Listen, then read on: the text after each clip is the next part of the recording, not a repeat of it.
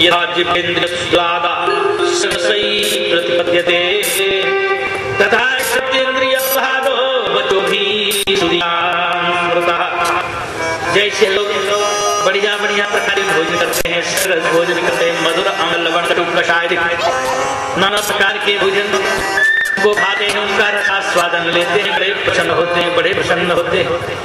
लेकिन जो पुण्यात्मा लोग हैं वो और इंद्रियों के विषयों का उपभोग करने पर सुखी नहीं होते हैं, तो वो तो केवल विद्वानों के तपस्वियों के मुख से भगवती अथवा भगवान के दिव्य स्वरूपों की लीलाओं की चर्चा सुनने में ही दिव्य आनंद की अनुभूति प्राप्त करते हैं। तो संसार जो पुण्यात्मा लोग हैं वही विद्वानों के दिव्य वचनों को सुनकर श्रोत इंद्रिय के द्वारा सुनकर आनंद आनंद परमानंद को प्राप्त करते हैं।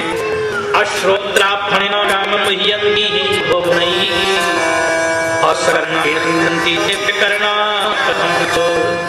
शौनक ऋषि कहते हैं जैसे सर्प के कान नहीं होते हैं, सर्प का नाम है चक्षुश्रवा। सर्प जो है आंखों से देखता भी है और सुनता भी है, सर्प के कान नहीं होते। तो जिसके कान नहीं है ऐसा सर्प जब बीन जाता है, बीना बजाता है तो धीरे धीरे बिल में से निकलता है और झूमने लगता है।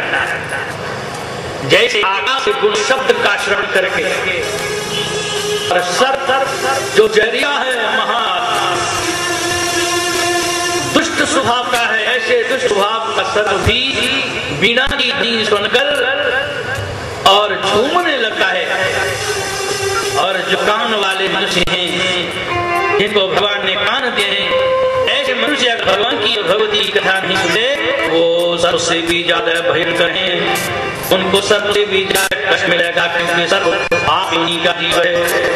अतः सर्वे द्विजा सौम्य श्रोत काम समाहिता वर्तन्ते निमिषारण्ये क्षेत्रे कलिभयादिता। हे महाराज, हम समस्त 18,000 ऋषि आपकी शरण में आए हैं और नैमी सारण्य में बहुत दिन से इंतजार कर रहे कि कब कोई महापुरुष हमको कथा सुनाए। महाराज आप पधारे हो इस नैमी सारण्य जीव में, कलि भयादिता, कलि का भय नहीं है। यहाँ पर कलयुग की दाल नहीं चलती है, यहाँ पर कलिकाल की दाल नहीं चलती है, यहाँ पर हर समय सतयुग रहता है। तो महाराज आप भगवती के दिव्य चरित्रों की, भगवती की दिव्य धुर मंगलमयी अमृतमयी कथा सुनाइए, हम आपकी शरण में विस्तरेण राख्यानि पुराणोत्तममादरात् श्रोतकामरुजा सर्वे दिव्यं भागवतम शुभम। महाराज हमारे पास में पर्याप्त समय है, यही कह रहे हैं कि हमारे पास पर्याप्त समय है, आप कथा को संक्षिप्त में नहीं सुनाना। हम लोग कथा सुनाते हैं, श्रीमद् भागवत की कथा, शिव पुराण की कथा, देवी भागवत की कथा तो संक्षिप्त सुनानी पड़ती है। अगर विशद रूप में सारी कथा सुनाए तो वर्षों लग जाएंगे सुनाने। लेकिन शौनक ऋषि ये कह रहे महाराज हमारे पास पर्याप्त समय है। भगवान ने कहा है कि 88,000 ऋषियों तो आप लोग इस नैमिषारण्य में रहें, कब तक रहेंगे? जब तक सतयुग न आए। तो पूरा कलयुग पड़ा हुआ है और फिर सत्य जो आएगा कलयुग के बाद सब आता है, सती त्रेता द्वापर फिर कलयुग फिर सत्य। तुम्हारा सतयुग पर्यंत हमको यहाँ रहना है, आप विशद रूप से कथा सुनाइए, अच्छी प्रकार से वर्णन कीजिए भगवती जननी पराम्बा पराशक्ति के दिव्य स्वरूपों का, दिव्य धामों का, दिव्य चरित्रों का वर्णन सुनाइए। तुम तो जाना धर्मज्ञा पौराणी संगीतां कृष्णोक्तां भक्त सम्य सत्माश्रया। जी हम जानते हैं आप गुरु जी के भक्त हो, आपके गुरु जी कहीं आया है कि सूत जी के गुरु जी सुखदेव जी महाराज, ऐसा भी आया है। तो गुरु और गुरु के पुत्र में कोई अंतर नहीं होता है, गुरु के तुल्य ही गुरु का पुत्र होता है। तो महाराज आप गुरु के भक्त हैं, जो गुरु का भक्त होता है उसी की हृदय में गुरु की पढ़ाई हुई विद्या फलीभूत होती है, फलीभूत होती है। और महाराज आप सत्गुण का आश्रय लेने वाले, सत्गुण भोजन करने वाले, सत्गुण देश का देश में निवास करने वाले, सत्गुणों के साथ करने वाले हो। श्रुतान्यन्नानि सर्वज्ञ तुमखा निश्चितानि और नैव तृप्तिं बजामोद्य सुधा पाने बरायिथा। जिस प्रकार से देवता लोग अमृत पीते पीते थकते नहीं है, तृप्त नहीं होते हैं, उसी प्रकार से आज आपकी मधुर मंगलमयी अमृतमयी वाणी सुन के हम तृप्त नहीं है। सुदाम पिताम सुतो मुक्ति नहीं मिलाचना और पिबन भागवतन सद्यो नरो मुक्ति संकटा। महाराज जो स्वर्ग की सुधा है, माने स्वर्ग का जो अमृत है, उस अमृत को पीने से कोई एक कल्प तक जीवित रहेगा, फिर मरेगा, फिर जिएगा। पुनरपि जननम पुनरपि मरणम पुनरपि जननी जठरेशम, बार बार मरेगा, जिएगा। मरने जीने से उसका पेट नहीं टूटेगा। लेकिन आपके मुख से श्रीमद्देवी भागवत रूपी अमृत सुधा का जो पान करेगा, एक बार जो पान कर लेगा, इस कथा को सुन लेगा, वो सदा सदा के लिए समस्त संकटों से दूर हो जाएगा, इस लोक में सुख हो जाएगा, अंत में उसको दिव्य मुक्ति की प्राप्ति होगी। तो सुधापान निमित्तम यत् कृताज्ञा सहस्रशा न शान्ति मदिच्छाम सूत सर्वात्मना वयम्। हे सूत महाराज, हम 88,000 ऋषियों ने हजारों यज्ञ किए, हजारों बड़ी किए, क्यों किए? कहा सोम रस पान करने के लिए, अमृत पान करने के लिए, अमृत पान करने के लिए। सोम याग होता है, सोम याग में सोम लता होती है, उसका रस निकाला जाता है मंत्रों का, और देवताओं को बिलाया, भोग लगाया जाता है, उसके बाद ब्राह्मण और यजमान पीते हैं। तो ऐसे अमृत प्राप्त करने वाले, अमृत पीने वाले हमने बहुत से यज्ञ किए, लेकिन हमको शांति नहीं मिली। और महाराज इन यज्ञों का फल क्या है? का स्वर्ग लोक है, स्वर्ग लोक है। तो जब हम मरेंगे हमको स्वर्ग की प्राप्ति होगी, और जितने दिन हमारे पुण्य रहेंगे उतने दिन हम स्वर्ग के सुखों का उपभोग करेंगे। और जब हमारे पुण्य क्षीण हो जाएंगे तो मर्त्य लोक के चंदी फिर हम इसी मृत्यु लोक में आ जाएंगे। कोई सुकर बनेगा, कुकर बनेगा, कीट मनुष्य पशु पक्षी यक्ष आदि नाना प्रकार की योनियों में घूमते रहेंगे, हमारी दुर्गति हो जाएगी। इसीलिए सूत्री महाराज हम चाहते कि आप हमको सदा सदा के लिए अमर करने वाले, सदा सदा के लिए मृत्यु से छुड़ाने वाले, जगत जननी पराम्बा पराशक्ति श्री दुर्गा माता की दिव्य कथाएं सुनाइए, हम यही चाहते हैं। बोलो दुर्गा मैया की जय। हम तो जपू सदा तेरा नाम, दयामयी दया करो, तो जपू सदा तेरा नाम, दयामयी दया करो, दयामयी दया करो, दयामयी कृपा करो, दयामयी दया करो, कृपामयी कृपा करो। मैं जपू सदा तेरा नाम, दयामयी दया करो, मैं तो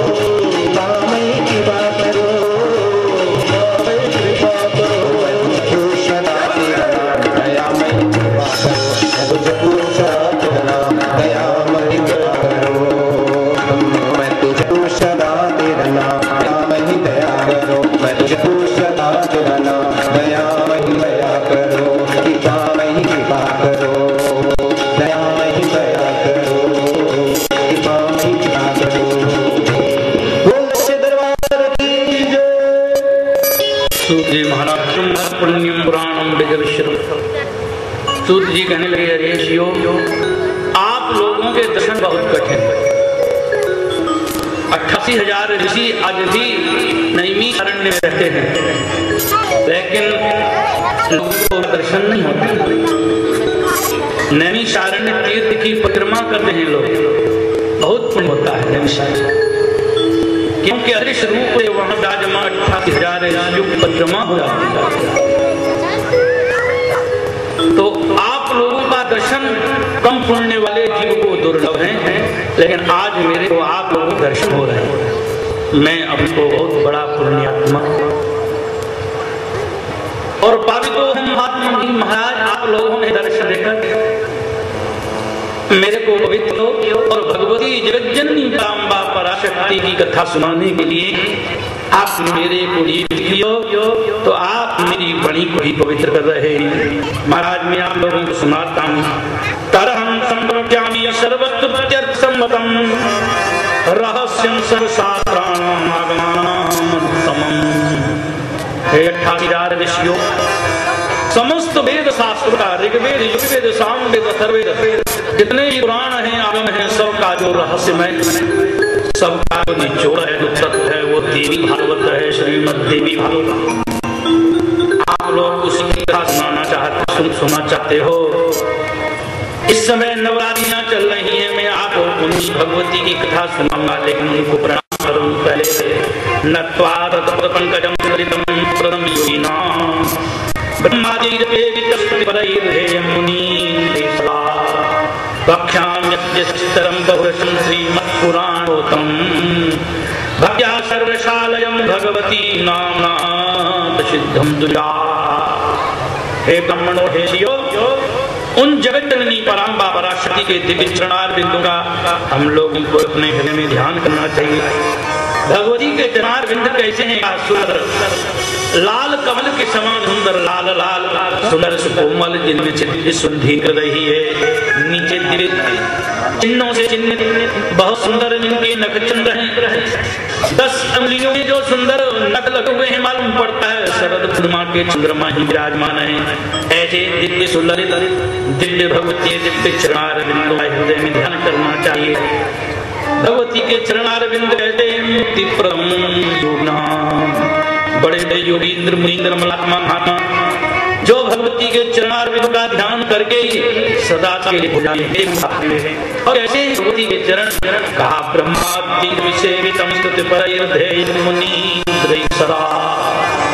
बड़े बड़े ब्रह्मा, विष्णु, महेश, इंद्र, वरुण, कुबेर आदि देवता जिन भगवती के चरणारविंद का हमेशा ध्यान करते हैं, उनका सेवन करते हैं, धूप नैवेद्य से पूजन करते हैं, और बड़े बड़े योगी मुनींद्र महात्मा भी उन्हीं भगवती के चरणारविंदों की आराधना करते हैं, स्तुति करते हैं। भगवती जिनके चरणारविंदों की सेवा बड़े बड़े योगी मुनींद्र महात्मा, बड़े बड़े ब्रह्मा आदि देवता क्या करते हैं, जिनका ध्यान करते हैं, पूजन करते हैं, स्तुति करते हैं, उन भगवती जगदम्बा पराम्बा पराशक्ति के दिव्य चरित्रों की कथा मैं आपको सुनाता हूँ। या विद्येत्य विद्यते शक्ति सागापरा और सर्वज्ञा भवन्त चित् निपुणा सर्वाश्रये संस्था दुर्गेया सुतुरात्महिं ध्यानास्पदं प्रापिता प्रत्यक्षा भवती सा भगवती सिद्धिप्रा स्यात् सदा। जो भगवती विद्या रूप से सारे संसार में विराजमान या देवी सर्वभूतेषु विद्यारूपेण संस्थिता नमस्तस्यै नमस्तस्यै नमो नमः। विद्या सत्ता तवदे भेदा श्रिया संस्था सकला जगस्य तयि व्यापूतमं वै तत्काले स्तुति स्तंभे परापरोक्ति। संसार में जितनी विद्याएं हैं सब भगवती जगन्नाथ की, और संसार में जितनी भी स्त्रियां हैं, चाहे वो कन्या है, चाहे युवती है, चाहे वो वृद्धा है, तो सब भगवती पराम्बा पराशक्ति जगज्जननी की स्वरूपा हैं। तो संसार में जितनी भी विद्याएं हैं वो अपनी भगवती की स्वरूप है। और वो भगवती कहती है सर्वज्ञा, सर्व कुछ जानने वाली हैं, उनसे कुछ छुपाई, सबके हृदय में बैठी हैं, सबके हृदय में बैठकर सबकी मन की बुद्धियों की वृत्तियों को जानने वाली है। कौन क्या सोच रहा है, किसके हृदय में काम क्रोध लोभ मोह भरा है, किसके हृदय में कितने पुण्य हैं पाप हैं, किस ब्रह्मांड का प्रलय होना है, किसका पालन करना है, किसका निर्माण करना है, कौन जी वहां जाएगा, मर करके कोई नीचे के रूप में तल सुतला तरशा पाताल जाएगा, कोई ऊपर भूर्भुवः महाजन तपस्या लोक में जाएगा, कोई जीव ऊपर की मनुष्य पशु पक्षी नाना प्रकार की उनमें ये कौन व्यवस्था करा है, कौन है सबको जानने वाला है, वही भगवती परामाई सबको जानने वाली है, सारी व्यवस्था करने वाली है। और वो कैसी है दुर्गा, वो जानना बहुत कठिन है। जीवों के ऊपर उन्हीं भगवती की कृपा होती है, वही जीव भगवती के असली स्वरूप को समझ पाता है। और सूरात्मा कहते हैं किसको बोलते हैं जानना का, जिसने अपने शरीर को नहीं साधा, जिसने अपनी इंद्रियों को वश में नहीं किया, जिसने अपने मन को अपने वश में नहीं किया, जिसने अपनी बुद्धि को अपने वश में नहीं किया, उपासना आदि के द्वारा, ऐसे जीव को उन भगवती का साक्षात्कार बहुत कठिन है। भगवती का दर्शन कैसे जीव को भगवती का दर्शन होता है? जिन्होंने स्वधर्म का पालन किया है, जिन्होंने अपने गुरु मंत्र को किया है, जिन्होंने जो है भगवती की आराधना की है, अपने इष्ट देव की आराधना की है, जिन्होंने यम नियम प्राणायाम प्रत्याहार धारणा ध्यान समाधि द्वारा अपने शरीर इंद्रिय बुद्धि को साध दिया है, जिन्होंने इनके ऊपर विजय प्राप्त कर ली है, ऐसे पुण्यात्मा जिन्होंने अपने माता पिता की सेवा की है, जिन्होंने एकादशी आदि व्रत किए हैं, जिन्होंने संसार के जीवों की सेवा की है, ऐसे परोपकारी धर्मात्मा उपासक ज्ञानियों जिन्होंने गुरु की सेवा की है, ऐसे दिव्यात्माओं को भगवती का साक्षात्कार होता है। साक्षात्कार वे भगवती सिद्धिदा, वो समस्त सिद्धियों को देने वाली हैं, समस्त सुखों को प्रदान करने वाली हैं। और सृष्ट्वाखिलम जगदिदं सदसस्रूपं शक्त्या स्वया तन्मया परपरिपाति विश्वं संहृत्य कल्प समये मते रथिका तां सर्व विश्व जननी मनसा स्मरामि। सूत जी कहते हैं हम उस जगत जननी का अपने मन में स्मरण करते हैं तो सारे संसार की रचना करती हैं, और रचना करने के बाद पालन करती हैं, और पालन करने के बाद कल्प के अंत में सारा संहार कर देती हैं, सब नष्ट कर देती हैं, और करके रमते तथैवा अकेली विचरण करती हैं, अकेली। उस समय कुछ नहीं रहता है, जब महाप्रलय होता है उसमें केवल भगवती जगत पराम्बा पराशक्ति रह जाती है, अकेली विचरण करती हैं। और जब इच्छा होती है फिर ब्रह्मांड का रचना करती है, फिर ब्रह्मांड का पालन करती है, फिर संहार करती है। तो जो ब्रह्मांड को बनाने वाली, पालन और संहार करने वाली है, उन भगवती जगत जननी का हम अपने हृदय में ध्यान करते हुए का स्मरण करते हैं। ब्रह्मा से और कथितम खलु वेदविधि विष्णु समाभिकमले कृतश्चिदनो और तैरुक्तमेव सृजते नहि स्वतंत्रः। कई लोग कहते हैं कि ब्रह्मा इस संसार को बनाते हैं, तो सूर्य जी कहते हैं चलो ठीक है ब्रह्मा बनाते हैं, लेकिन ब्रह्मा जी के अंदर शक्ति कैसे आती है बनाने के? ब्रह्मा जी के अंदर जो बनाने की शक्ति है वो भी भगवती की शक्ति दी हुई शक्ति। तो ब्रह्मा जी जो इस ब्रह्मांड को बनाते हैं वो भगवती की शक्ति से संपन्न होकर के ब्रह्मांड को बनाते हैं, लेकिन पैदा कहाँ होते हैं कि भगवान विष्णु के नाभि कमल के ऊपर पैदा होता है। तो ब्रह्मा जी का आधार क्या है, ब्रह्मा जी का अधिष्ठान क्या है? कमल। और कमल कहाँ पैदा होता है? विष्णु भगवान की नाभि का। तो कमल पे आधार कौन हुए? भगवान विष्णु हुए। और भगवान विष्णु का आधार क्या है? भगवान विष्णु जब प्रलय होती है तो शेष जी पर लेटे रहते हैं, योग निद्रा में चले जाते हैं शेष जी के। तो भगवान विष्णु किसके सहारे टिके रहते हैं? शेष सहारे। उनका आधार, उनका अधिष्ठान शेष है। और कहते हैं कि विष्णु शेष सहनेश्वरी काले और तन्ना विपमुकुले खलु। विष्णु भगवान शेष जी के ऊपर रहते हैं, और शेष जी कहाँ रहते हैं? शेष जी जल में, उनका आधार जल है, जल के सहारे टिके रहते हैं।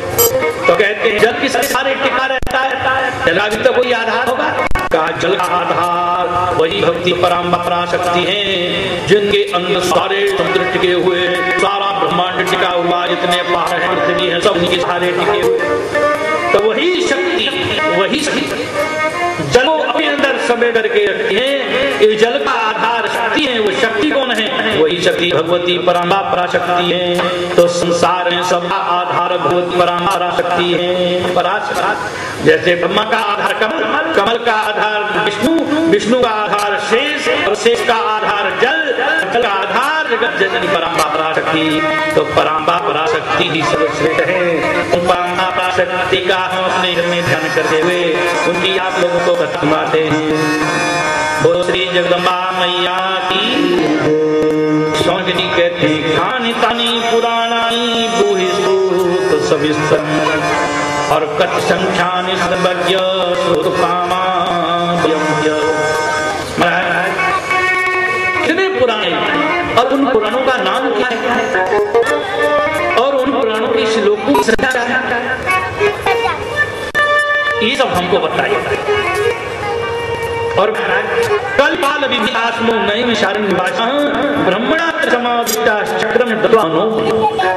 जैसे ही द्वापर युग समाप्त हुआ और कलयुग प्रारंभ हुआ, कलयुग के प्रारंभ होते ही चारों तरफ कलह, लड़ाई, झगड़ा, मारपीटाई शुरू हो गया। हम लोगों ने कहा कि अब भाई क्या करें, ये तो लोगों की आयु बहुत है और आयु पर्यंत तो रहना ही पड़ेगा,